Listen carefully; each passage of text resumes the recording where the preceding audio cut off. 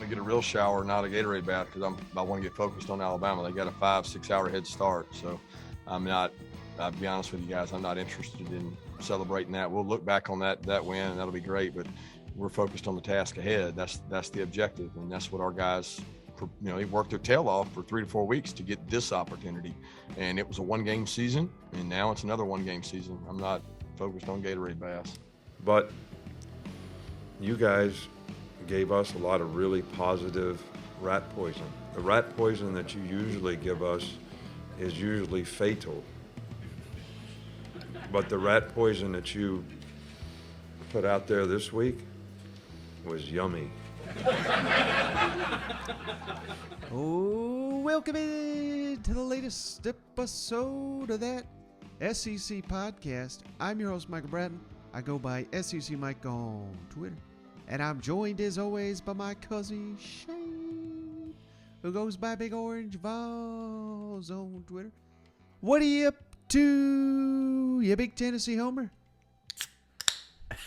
Hey, babe, what's going on? Oh, man, I've done it again. I've created some outrage and pandemonium on the Twitterverse. Released my SEC Power Rankings latest post-spring edition. So that's what we're going to talk about on this episode. But before we get to that, how you doing, brother? I'm doing all right, man. Dragging a little bit. It was a rough night, and and I'll tell you, Mike, it's funny because your power rankings come out, and it's like in between Elon Musk and, the president running, stool president. There is the power rankings, and it's just like, it's been an action-packed day on Twitter. You know what I'm saying? It's almost too much. I catch myself going through this thing like 30, 45 minutes. I'm like, shit, Shane, just put the phone down for a minute. You're at work. Well, yeah, and man, I try to do a good job with these, but it doesn't matter where I rank them. Someone's going to be complaining, and I feel like if it's going to get this much attention, Shane, we got to break it down in more detail. So you ready to go team by team and just basically tell me I have them too low for all 4 teams? Well, for starters, this is Mike's power rankings, not that SEC podcast power rankings. So I wanted to emphasize that because a lot of people, I get roped in some of these Twitter, fights that you get into. Yeah, I guess that's what you call it. But and if you think your team's too low and you're having a bad day, Mike, let me tell you real quick. So last night, all right, let me go. Let me tell you a little story. It's the off season. We got time. You know what I'm saying? Yeah. Hey, I mean, we're doing power rankings. This isn't going to change anything bowl related. You know what I'm saying? So anyway, yesterday, I've got 2 dogs. I've got two massive bulldogs. No, I'm just kidding. They're little tiny dogs. I got a little Bruno. He's 7-pound Morkie, and I got a Westie. She's about 25 pounds, but her name's Chloe, and love them to death. Love my dogs, Mike. Yesterday, we decided to get Zaxby's. I don't know if you've ever had Zaxby's, but they got a family plan on there. I mean, and then they're not a sponsor of the pod, but it's not a bad deal. You know what I'm saying? You get a couple chicken tenders, a couple meals, whatever. So next day, I'm reheating this thing. And side note, air fryers are awesome. It's just, everybody's like, I thought we just went through the commercials. Here's Shane. No, but so I'm reheating this Zaxby's and stuff, getting it going, and it's finally ready, and I'm pouring it on my plate, and one of them chicken tenders fell off the plate and into the floor. Well, Chloe, she is so quick. Before I can even think, she's got it in her mouth, And the problem with Chloe is she doesn't do well with human food. All right, this is an important nugget. Okay, then part of me is like, well, sad eyes. I don't want to get onto her. Let her live. You know what I'm saying? It's just chicken. Well, I mean, dogs eat chicken, right? So. Oh, yeah. So anyway, we're going on and go on to bed, and it's 3:00 in the morning. Dogs started barking, and my wife woke me up. She said, "Dogs are barking. Go figure out what it is." So I go out there and I say, "Bruno," because he's the one that's yapping. Chloe's not saying a word. I said, "Be quiet," So I'm just getting on to him, just like anybody would do 3:00 in the morning. Probably a few cuss words in there. But then I go back to bed. 5 minutes later, Bruno's going again. I was like, damn it, I got to deal with this. So I go downstairs. So I move them to the bathroom downstairs. So I shut the door. I said, guys, be quiet, chill for a little bit. I turn on the fan thing so it kind of makes some noise so they don't hear anything outside. And I go back to bed. Well, 40 minutes later, I'm hearing barking from the bathroom again. I'm like, damn, I'm just, you know what? I'm done. Maybe something's wrong with them. Maybe they got to go out. So I'm going down the stairs, Mike, and I'm about 2-3 steps away from the door. And all of a sudden, man, it hit me. And if you've ever had a dog, a sick dog, you know what I'm saying? I'm like 8 feet away from the bathroom with the door shut, and I know something just died in there. You know what I'm saying? But the problem was it was right at the door. So as soon as I opened that door slowly to make sure none of them jumped on me, it smeared everything underneath the door. It's like a paintbrush. You know what I'm saying? And of course, I was so upset, and I ended up saying a few more choice words and then taking them outside, cleaning them up. So I've been up since 3:30 this morning dealing with dogs, only to give you the public service announcement.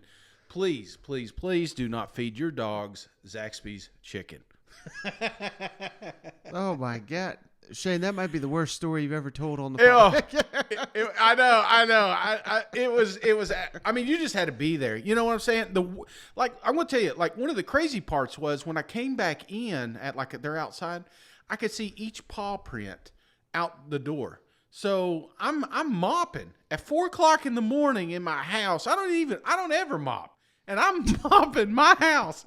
And then I'm going over to the bathroom. You can't mop it. You got to clean up everything and then mop it. It was a hot mess, brother. So it's been a long day. So I'm, like I said, Mike's like, well, this won't be a quick pile. I said, I hope not, because I'm going to run out of steam pretty quick because I was up all night cleaning shit. So here I am, Mike.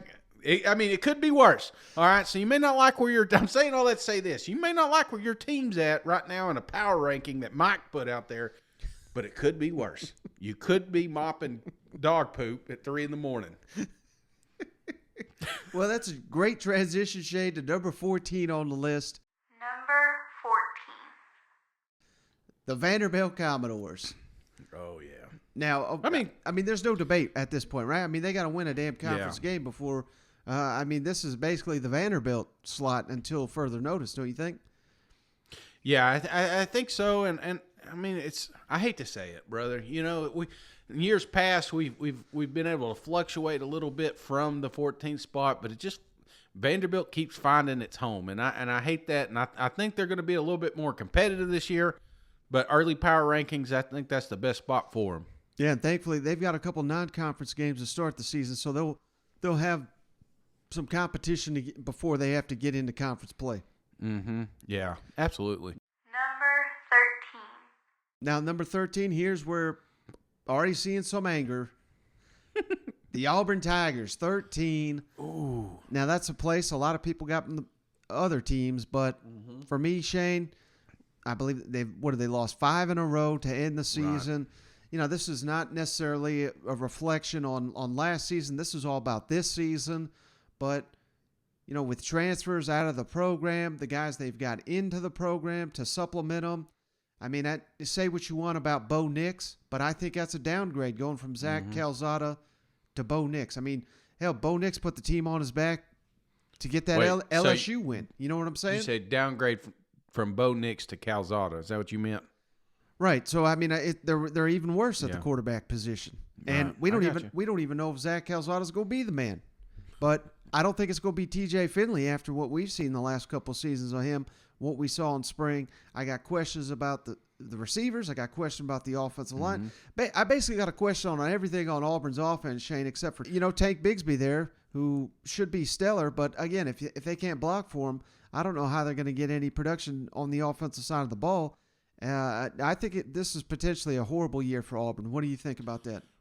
Well, I mean, if you've listened to the pod at all, you know that I'm not too high on the Auburn Tigers either, and a lot of it's for the same reason that you're saying. But let's I do want to critique it a little bit, and I want to ask you, they do got I would venture to say one of the best running back Some people are going to get mad, but I think one of the best running backs in the country right now. Mm-hmm. Obviously, he can't be the only piece. I do like what Bo provided. Some games he looked like a damn superhero out there, and some games he flopped. But there were those games that he was able to take over and help Auburn win. Do you think it's that much of a drop off from him to Calzada? I mean, just the inconsistency factor, or what? How can? Let me ask you this: to give Auburn Tigers some hope, is there any way? What do you need to see from Auburn to quickly get them up on this pole? Like, what has to happen? Because I know we saw quite a bit in spring. We're hearing a lot of rumors out there to what this program is going to look like in the fall, but everybody's selling propaganda out there. You know what I'm saying? and Auburn's doing no different. I mean, they got to put butts in the seats. So what do you see, or what can you see Auburn doing or excelling at to help them move quicker up this ranking list than staying at the bottom? One path towards that, Shane, we've talked about the schedule time and time again, but with the changes at offense and defensive coordinator, moving on from Derek Mason and Mike Bobo, who those guys have a long history in the SEC, have had a ton of success in this league. Maybe you can make the argument, he promoted from within. He's choosing guys that he was with at Boise to run his offense and defense now there at Auburn. Maybe just everybody was just not on the same page, and they weren't. If these coaches aren't bought in, it's going to translate down to the players and create some real issues that we saw late in the season. So maybe everybody on the same page. We've got, it seems like, so many people out on Brian Harsin when you're talking about some of the leadership there at Auburn. Does that get this team galvanized and rooting for their coach and wanting to save his job? These players, maybe they fight their asses off for Brian Harsin, because it certainly seemed like about half of them were all in on Brian Harsin needing a return. They got their way. Now they need to show it on the field to show why they were so passionate about keeping their head coach. Yeah, maybe that's what they need, a unified locker room. Because the media, trust me, if you think it's bad now, wait till media days. After that, there's going to be a lot of Auburn fans upset with where, kind of the outlook they're having and some of the questions that they're getting. And it just seems like last year, man, I mean, you think about all the time we wasted on talking about how great this Bobo's, Mason thing's going to be. That experiment failed, So maybe a lot of us aren't that good at predicting, and maybe this next crop of coaches is going to be just what Auburn needs, because it does feel a little bit of like us against the world mentality. Hell, they didn't want the coach there. You know what I'm saying? They did everything they could to get the coach fired last year. And Brian, these players came down there some of them to play with him, play for him. And, you do that to your captain, who knows? Maybe this does say, you know what? Forget what everybody's saying. Forget the noise. Let's do this. Let's prove the world that we're not the 13th best team in the SEC. Let's prove Mike wrong. So that's what I'm saying. It's got to happen in the locker room, brother. Number 12. Now, how about number 12, Shane? The Missouri Tigers. And I think there's some real potential for Missouri to jump up this list. We'll have to wait and see if they get another quarterback, or if any of their young quarterback, this is what happens every offseason, Shane. They got a quarterback that we've not seen make big plays, so therefore we all think they don't have a quarterback. Right. Well, you know what happened? I mean, look at Hendon Hooker. Who was talking about him? Not many people this time last year. Now, flash forward a year, he's one of the best quarterbacks in the SEC. Same thing, KJ Jefferson. Yep, Georgia, Stetson Bennett. I mean, hell, how many times we were writing that guy off? Just won a national championship. I mean, the list is long. Just because you don't know the name of the quarterback or you've not seen him in action doesn't mean they don't have one. So coming out of spring, Shane, the reason I actually had Missouri 13, I moved them up post-spring. I just love these weapons that Missouri's got to work with this year, with Luther Burden, the 5-star freshman, Dominique Lovett, the second-year receiver. He's emerging. We have Mookie Blaylock. And they've got the Stanford running back that they brought in via transfer. It looks like, another Tyler Beatty-esque type player. So I think Right. whoever the quarterback is there at Missouri is going to have a lot of weapons to choose from. And most people look at Missouri's defense and they say, well, my goodness, they were god-awful last year, which they were for about half the year. And then they turned out Right. to be a lot better at the tail end of the season. Now, I'd have a lot more confidence in this unit if their defensive coordinator was returning. He jumped back to the NFL. Mm-hmm. So I don't know what to exactly make of this defense, but if they continue to make the strides they made last season, Missouri's going to have a competent defense to go with potentially a very explosive offense. Yeah, still trying to figure out why you hate them. I mean, all that, all that good stuff, like good vibe you're putting out, and just to put them at the 12th spot. I'm a little higher on Mizzou just because of what you said, the spring game, the weapons. Sometimes I think I know that. I mean, clearly you've got to have a quarterback, Mike, and I don't. You've seen a lot of programs suffer and struggle because they don't have that. But sometimes they excel just by having a game manager in there. Somebody that just doesn't screw things up. And what I like about Mizzou is a couple of things you mentioned. Just the improvement I saw on the defensive side of the ball throughout the season. I mean, it went from the worst defense I've ever seen to, I would venture to say, the most improved last year in the SEC. It was night and day. And that improvement tells, I don't know, kind of gives you a good feelings about the coaching staff. Either the players are starting to buy in or they're starting to do better at film study. It's not that they just became athletes overnight. It's just they started listening to their coaches a lot of times. And with this offense, with the weapons they got around there, if they can get a serviceable quarterback in there, brother, watch out. I love Mizzou's schedule. I think a lot of people are sleeping on them Tigers. Yeah, no doubt. Number 11. Talking about sleeping on them Tigers, Shay, number 11, LSU Tigers. Now, this is a team I just don't know what to make of with all the transition, and they're bringing in, 17 transfers. We don't know who the quarterback's going to be after watching the spring game over the weekend. I think the lead guy's got to be Garrett Nussmeier, based on what we've been hearing during spring camp, the most consistent quarterback. He's got a very high ceiling. He's got 4 years of eligibility. His dad's an NFL coach, former SEC coordinator, so he's got that football IQ. They just got to get the wild throws we saw out of him last year. Right. He's got to temper those, and it certainly looked like that is something they managed to do this spring. But for me, Shane, LSU, the offensive line's an issue.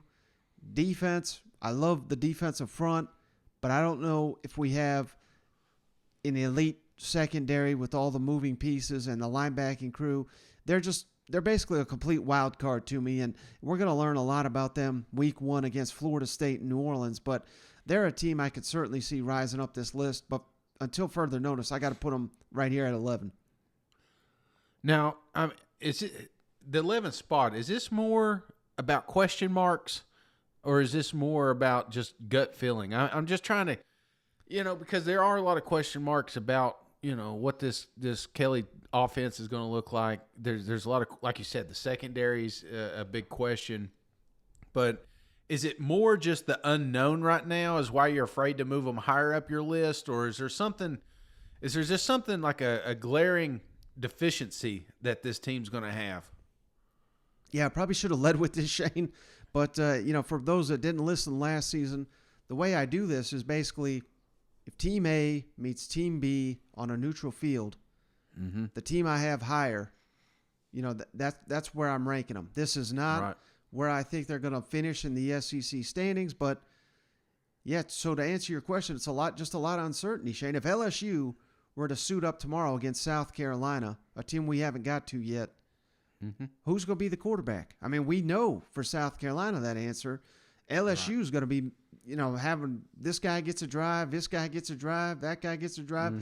Hell, they may have 4 quarterbacks playing that football game. You know what I mean? So and it's not just quarterback; it's across the board. Offensive line. We're looking at a true freshman starting at left tackle. Now he's a 5-star. He's an early enrollee. He's doing his job. But, again, that should give you an indication of where we're at on the offensive line. So, a lot of question marks there with LSU. That's why I got them number 11. But there sure is a lot of raw talent down there, buddy. Maybe the best defensive line here in the SEC West. Oh, yeah. This one may move up the list quicker than the others. Number 10. Now, how about this one, Shane? Gator Nation pissed off. Number 10, the Florida Gators. A lot of the same stuff here with LSU. Obviously, a first-year head coach, a lot of uncertainty. They're attacking the transfer portal. They're going to have a new quarterback this year in Anthony Richardson. We've seen him flash. At times when he's playing, he looks like a damn Heisman contender. Yeah. But at the same time, we've seen him get hurt pre-game dancing. He's here in the spring. I don't know if you heard, Shane. Apparently, he was going about 100 miles over the speed limit, got ticketed. and again, that's, to me, Who's this? Who got ticketed? Anthony Richardson. Oh, man. Always in the fast lane. That's my kind of quarterback. You know what I'm saying? That's like Wild Thing on Major Leagues. You know what I'm saying? Just tell him put his glasses on when he gets to the field. That's what we want to see. Yeah, that's Gunner, man. Come on. You got to move him up the list. Now, I'm sorry, I don't want to get the cart in front of the horse, but this is a team right here, man. I give Florida a hard time, obviously, because I thought I was a Tennessee homer, but here you got them on your list. But I just think AR-15 is the question mark. Like, he decides how good or bad this team is, and you saw it, man. There's no competition. It's his baby, and how much does he develop from year 1 to year 2? It's like the world's his oyster, man. I mean, he could either take Gainesville over, or they could just sputter through the mud like they did last year. Well, and here's the only problem with that logic, Shane, and I agree with you. What weapons does he have to work with on the outside? I don't trust any of these receivers. And you could look at, arguably the greatest quarterback of all time, Tom Brady. He looked like he needed to retire when he was up there at New England because he didn't have anyone to throw the ball to. He goes down to Tampa Bay, he wins the Super Bowl. You know what I mean? Like, you have got to have those weapons. He simply cannot carry this team by himself. I know they've got running back depth, but again, this is another team with offensive line questions. Doesn't mean it's not going to be a good offensive line, but we're going to have to rely on transfers. We're going to have to rely on young players. They've got time to whip that group into shape, but until we see it, I got to put the Florida Gators at the tail end of this list. Yeah, but I mean, on that same note, this isn't Tom Brady. If you want to compare, let's look at Lamar Jackson. Name one damn receiver for the Ravens that's worth anything. So I mean, short of a tight end, that was it. And they still find ways to win games through defense and Lamar's legs, which AR can run faster. I mean, he's probably the best athlete at quarterback in this league. Mm-hmm. Yeah, and I certainly think that's going to have to be the recipe for Florida getting wins, Shane. Defense, running the ball, not making mistakes. Can they do it under Billy Napier? He loves to use tight ends. They have one healthy tight end in camp. Yeah. This is just a roster that it's got a lot of issues right now. That's right. Watch a lot of Ravens film. That's what these guys need to do. Number 9. All right, moving into the top 10, Shane, here. Number 9, South Carolina Gamecocks. Mm-hmm. I know this is a team you can't wait to see how all these moving parts come together, but I think Spencer Rattler's going to be a huge upgrade. I think they're finally going to have some weapons there to go along with Josh Vann. I love the transfer they got in Wells from the FCS ranks. He was tearing it up down there. I love the tight end Stogner they got from Oklahoma. He's legitimately, Shane, 6'7", a beast of a man down there, and he's already got that rapport with the Rattler. So you saw the running back depth there with the Gamecocks this spring. Now, again, a big question. I'm sensing a theme here, Shane. Offensive line, big question for the South Carolina Gamecocks. Can they protect Spencer Rattler? That's going to be a huge storyline this season in Columbia. And the defense was, one of the biggest surprises in the SEC. Can they continue that momentum? If they can, hell, South Carolina, they may be a contender in the East. Well, I mean, buying into the hype, brother. It's hard not to. I'm seeing Rattler everywhere. They done gave him a key to that damn city. I would be curious, man, if you watched a 30-minute sitcom over in Columbia, and let's say you watch, let's say 4, 8, 12 commercials, I would venture to say he's probably in 8 of them. You know what I'm saying? He's like the mayor over there. So what you do, you need to protect his ass. So if the lineman ain't there, you got to hit the portal. You got to find some competitive depth for him because you got to keep him upright. But it's hard not to buy in this hype. So I like where you got him on this list. Number 8. All right, how about number 8, Shane? The Ole Miss Rebels. And again, this is just a difficult team to peg here with losing all 3 coordinators, losing a starting quarterback, losing a defensive lineman that's going to go high in the NFL draft. A lot of turnover, but they have certainly have shored up a lot of their needs with the transfer portal. Lane Kiffin's a damn wizard with play calling there. He's going to scheme it up. The spring game didn't give us much clarity on the quarterback competition. Luke Altmaier, Jackson Dart, could be either one of those guys, but I just have so much confidence in Lane Kiffin to utilize the weapons that he's brought in this offseason. I think Ole Miss is going to be dangerous. The big reason I knock the Rebels here and don't have them in the top half of the league, Shane, losing DJ Durkin, the defensive coordinator, that defense really carried this team late in the year last year, and I just don't know if they're going to be able to do that with a new scheme and everything with a new defensive coordinator. So what you're saying, that's the craziest thing with Durkin. I still can't get over it. It's like Kiffin gave you a shot. You know what I'm saying? No, you were cancer. Nobody wanted to touch you. You bring him down here. He has one good year and he's out. You know what I'm saying? I was like, man, I'd be blocking him. You know? But anyway, Mike, Ole Miss is a team I'm worried about. Similar to LSU, I would say. I know they got talent down there, but I just don't know what it's going to look like. I'm not worried about so much the coaching staff because this is Kiffin's baby. I think we're going to be good there, but man, there's a lot of talent going to the league, man, and it's no longer on that roster. So do they bounce back? Is this a team that can bounce back? I think that's my biggest question mark. So I think you got him a pretty good spot. I may have moved him down just a little bit just because of those question marks, but I got faith in Kiffin. What can I say? I mean, he trolls us all the time up here in Tennessee. I still like the guy for some damn reason. Number 7. All right, moving into the top half of the league, Shane, I think this team may be the most underrated team in the SEC heading into the season. The Mississippi State Bulldogs right there at number 7. Love what Will Rogers is doing there at quarterback. The scheme seems to be finally hitting its stride there in Starkville. They got tons of weapons returning on offense. Now, they are losing their left tackle. He's going to be a high-end NFL draft pick. That is a huge question mark. But I love what they're bringing back on the defensive side of the ball. Zach Arnett, that's a stingy group.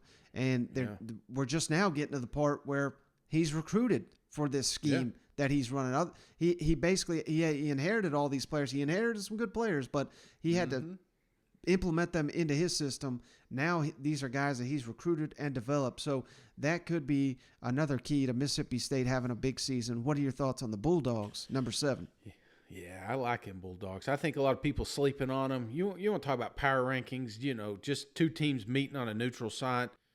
I don't think there's only a handful of teams that are going to be well prepared. There's only a handful of teams that are going to, I think, jump out of the gate. And I think the Mississippi State Bulldogs are going to be those. So they're going to catch fire early, and a lot of people are going to jump on that bandwagon. Number 6. Well, I'll let you know who's jumping off my bandwagon, Shane, and that's you, because I got them Tennessee Vols, number 6 in the power rankings. I thought that was pretty good.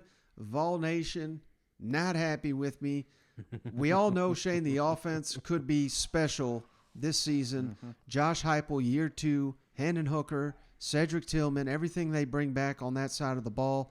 But I'm very concerned, Shane, once again, with the lack of depth, particularly on defense and in that secondary. I don't know how this defense is going to hold up. I was saying the same damn things last year, and they held up pretty well. So I may be off base here, Shane, but Tennessee, I don't know. I think they're an injury or 2 away from disaster. Now, hopefully that doesn't happen, but that's why I don't have Tennessee quite in that upper echelon just yet. Well, why are you putting that evil on us? I mean, we're talking power rankings, neutral field, what you currently have, not what may happen. So you can't dock them for points because they could get hurt. You know what I'm saying? I mean, I could hit the lottery, you know what I'm saying? But I'm not a millionaire. So I don't know. I think you're a little bullish on Tennessee, and I think that's because you were harder on some of these other teams. You just wanted to kind of, you may be pandering a little bit with this thing, but I think Tennessee Vol is going to be a little bit higher because of the momentum, because of the quarterback. I mean, you talk about Hook. I'm telling you, when Hooker was at his prime, man, Tennessee was going toe to toe with some teams that he shouldn't have. Mm-hmm. And I think we got plenty of talent coming back. I think the system is going to be faster, and I think it's going to be more aggressive, and it's going to be more exciting to watch. And you're not going to want to touch it, man. Tennessee's going to be a scary program for a lot of teams out there. So obviously, I'm a homer, so I think you're a little low on my balls, but. You know, it's your list. So, again, that's SEC Mike. Nothing to do with Big Orange Vols over here. Number 5. All right, getting into the top 5, Shane. Again, this was a surprise to a lot of people, but I got them Texas A&M Aggies, Shane, number 5. Golly. A lot of people have them pegged as the 3rd best team in the SEC right now. I'm not quite ready to go that far, and I'll tell you why, Shane. Again, coming out of spring, I think we're further away from a quarterback answer than we had going into it. I'm questioning, you know, this is year 5 now for Jimbo, and yet, you know, it seems like we're still making these excuses for, well, they didn't have this last year. Well, they didn't have that last year. Well, he's such a good coach. He's making so much money. He's bringing in all this talent. These are not excuses that we should be having. I mean, we cannot be going 8-4. We can't be losing to LSU, Mississippi State at home, Ole Miss, Arkansas. I mean, you can lose to some of those teams. Those are good teams, but you can't lose to all of them. Not at A&M, not with what they're providing you, not with the talent you got on your roster. So this is a prove-it year, I think, for Jimbo Fisher. A lot of people looking at the Aggies 2 years from now to potentially be a playoff team. They've got the talent to get there now, Shane, but until they actually do it, I'm docking them a little bit here. And I'm a little afraid of what this offense is going to look like. I don't think it's going to be quite up to the standard the Aggies are hoping it's going to be this year. Man, how much feedback you getting on that one? I'm curious because I'm one of those that I think they're a top 3 team. You know, I think one of the things you hit is Jimbo bringing the talent because man, it's Texas State. I'm telling you, man. Texas A&M has got some talent, and I think they are starting to get some pieces together. Of course, I say that every year, you know what I'm saying? So I kind of playing into what you're saying, but man, I don't know. I think this is the year they finally do it. I think this is the year Jimbo breaks through, and I love this roster. I know they got a few question marks, but a few, you know what I'm saying? Right. So yeah. So what kind of feedback you getting on that one? Well, it's not so much that one, Shane. It's the 2 teams I got ahead of them. All right, let's hear them. Aside from those fan bases, everybody hates these teams now. Number 4. Number 4, the Kentucky Wildcats, Shane. I love the consistency there. You know, had they brought back Liam Cohen, I may have even put them number 3. That could be an underrated loss that, you know, we're not quite factoring in. I like that they pulled back from the Shanahan 49ers offense. That offense is tearing it up in the NFL. Mm-hmm. That's where they got their offensive line coach and their offensive coordinator. So they're kind of keeping with that same theme. Just don't know how big of a drop-off that's going to be without Cohen there making the play calling. But, hell, we just had Mike Morgan on the line who called the Kentucky spring game. Says he's hearing Will Levis could be a first-round NFL draft pick, maybe the second best quarterback in the SEC. I'm not ready to go quite that far, but, you know, if he does make strides in year 2, he ain't far from it, brother. And I just love the running backs. I love the defense. I think Kentucky's going to have the best linebacking core in the SEC East. They may have the best defensive line in the SEC. That may be going a step too far, but they should have the best defensive line they've ever had there. And hell, Mark Stoops, all he does is coach up his defensive back. So I think the defense is going to be special. Brad White, the coordinator, turned down LSU. He's coming back for a reason to have a special season on Lexington. I think people are underlooking the Kentucky Wildcats. Yeah, but don't you think you're kind of buying into that annual Kentucky hype? I mean, it seems like every year we're like, man, who knows? Maybe stars line up, beat them Bulldogs, go to the championship. Maybe this is the year. I mean, do you think maybe that's a little bit of it, or are you sold that this is a better team going into this year than it was last year? Yeah, I think they're deeper than they were last year. I think they're more talented than they were last year. You know, they're losing some key players, no doubt, but they've attacked that via the transfer portal. And what is Mark Stoops' program known for, Shane? They don't play freshmen. They make them develop for 2 to 3 years, and we're talking 4 and 5-star prospects here that are in year 3, year 4 of their Kentucky program. I think it's time for those players to step up. And hell, I mean, they won 10 games, and it wasn't a fluke. They won 10 games a couple years ago. That wasn't a fluke. You know what I mean? So Kentucky A&M roll into Nashville right now to play on Vanderbilt's field. You're putting your money on the Kentucky Wildcats. Hell yeah, I think I am. Okay. All right. All right, man. You heard that. Clip it. Clip it, guys. Clip it. Save it for later. Number 3. All right, number 3, and then this is the other one. Outside of the love I'm getting there out of Fayetteville, the Arkansas Razorbacks, Shane. I'm high on them Hogs like I always am. KJ Jefferson, I think he's the most underrated quarterback in the SEC. Led the SEC in rushing last year. I think the rushing attack is going to be even better than it was. We all know I love Barry Odom, Kendall Briles, that coordinator duo. Sam Pittman, he's just a hell of a coach. I think the Arkansas Razorbacks are not to be messed with this year, Shane. And I saw comments the other day from Jalen Catalon, the All-American safety who came back, could have went on to the NFL draft. He said, last season, 9 wins, that ain't enough for us. That's why I'm here. That's why I came back. And, hell, I think they're gearing up for another special season there in Fayetteville. God, man. I wish you could subscribe to that locker room after practices and games, you know, just to feel the energy, because like you said, just kids don't come back, man. You don't turn down millions of dollars just because you want another year of college. You come back because you believe in what your coach is preaching. You're buying into the culture down there, and I love that, man, because especially starting out of the gate, you know, I was telling you earlier about Mississippi State. Arkansas is one of those teams, man. When you don't have turnovers at coordinators, you got the system locked down. You're not having to redo a playbook. You're just tweaking some of the things you worked on the last couple of seasons. So that's what I love about Arkansas. I mean, that's up there, brother, though. You know what I'm saying? Yeah. I'm looking at this. I'm sold on Texas A&M, so it hurts me to see these guys above them, but you make some great points.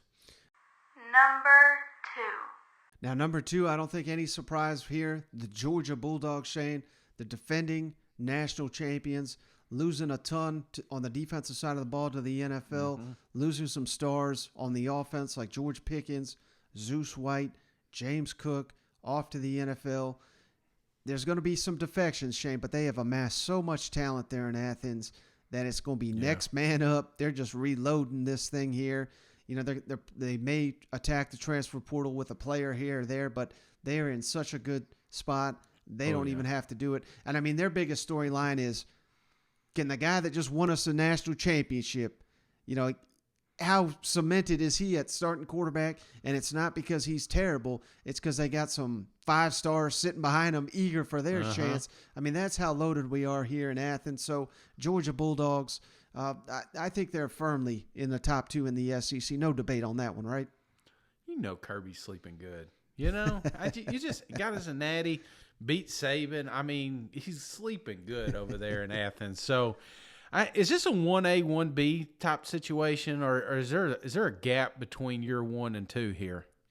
For me right now, Shane, there is a gap. And, of course, that's just Alabama that we've not hit on. Number 1, no doubt there. But, you know, I guess, you know, as I sit here and talk about it, it's not that big of a gap because I just think that, you know, you give an entire offseason for Nick Saban and company to sit here and think about that loss. Right. They may have the best quarterback in the country in Bryce Young. That's not a, I don't think that's a bold statement. They may have the best defensive player in the country in Will Anderson. Again, I don't think that's a bold statement. And then here, they don't have a ton of holes, but where they do have holes, they attack it, and they get all conference players via the transfer portal. So it's just like, my goodness, Shane, what little issues they've had, they have attacked those via the transfer portal and shored up most of their issues. The only question I continue to harp on is that offensive line. That that could be something that holds you back from winning the national championship. They have got to get that unit corrected. But I think there's fewer question marks with Alabama than there is Georgia right now. So these guys, they play 5 times. What's the win-loss here for Alabama? I think it'd probably be 3-2. 3-2. Okay, so still close. You're not seeing a sweep or anything like that. So I think you're right. I this is one of those that it's going to go back and forth. I think there's a lot of people sold on Georgia. Prove me. You already got the champs. You're on top of the hill, and then you got Alabama. It's just you never want to see them on a revenge tour, and I think these guys are going to bounce back and forth all season long, and sure going to be fine. I mean, the only chance we get to see these guys now is in Atlanta, so it's all we could do is just speculate. I mean, and even then they may not meet again till the college football playoffs. So it's gonna be a hell of a ride, man. Yeah, and no doubt, Shane. I mean, we're not a show that's going to sit here and say Georgia, Alabama guaranteed, because as soon as we do that, it's going to be Arkansas and Tennessee meeting in Atlanta. You know what I mean? So I'm completely open to anything and everything. I don't think either one of those teams, as good as they look on paper right now, there's still questions. We're not handing them anything. They got to go out there and earn it. And one of my favorite responses, Shane, I'll just say this. When I put this out there, an Auburn fan hit me up and said, "Thank you for this rankings. Auburn's going to win 9 or 10 games, lock of the week." Absolutely. This is, I mean, I think about, you're joking about the SEC championship. Just wasn't that long ago, Auburn came out of nowhere, you remember? And we thought, hey, maybe they win an SEC championship here. But didn't pan out. But again, it's a team that you kind of counted out. So, and there's probably a couple on here that are going to catch fire, and it's probably one that we're not talking much about a quarterback, or it's one we're not talking much about a defense, and it's going to be something pops. You know how it is. It happens every single year. We pencil in these teams at the start of the season, and at the end of the season, we're like, well, why didn't we see that coming? Well, hey, brother, I think that's going to do it for this episode of the show. You got anything before we hop off the line? No, just going to check on my dogs, let them go outside one more time. May just leave them out there all night. I don't know. I haven't decided yet, but no, I'm just kidding. I'm good, man. It's just, spring's it's coming down. We're hitting another little lull, man, but anytime we can get some news out, you've been really good at keeping the content out for these guys and girls, and appreciate all the hard work you put into the pod, Mike. Absolutely. And we got guests lined up all week long. Of course, the NFL draft coming out on Thursday. Yeah. So there's going to be a little bit more to talk about this week. Hopefully, fingers crossed, the next week, I don't know. We're going to be trying to figure something out. But yeah, we tried to do a live show, and my brother came up with the idea that I should pound a beer every time an SEC player goes in the first round. And then I started looking at some of the projections and see what Maylock and them were saying. I'm like, yeah, I could do that, but I couldn't get off the following day. So that is definitely a no-go. But we are going to do some stuff for the draft. And so just keep us or we'll keep you posted. You can do that through Twitter or YouTube. Get on the YouTube, man. I'm telling you, that thing's really taken off, and I appreciate everybody subscribing. We had one of the largest subscription spikes last week. I think they wanted to see my fat ass on there, but now that that's done, grab your kid's tablet and subscribe on there. Yeah, absolutely. Everyone that does that really helps the show grow, so we do appreciate each and every one of you. But hey, buddy, that's going to do it for this episode of the show. I appreciate you hopping on as always. I appreciate each and every one of you for checking out the show. But we'll catch you on the next one. All right. See you guys. Go Vols. You're way too low on them.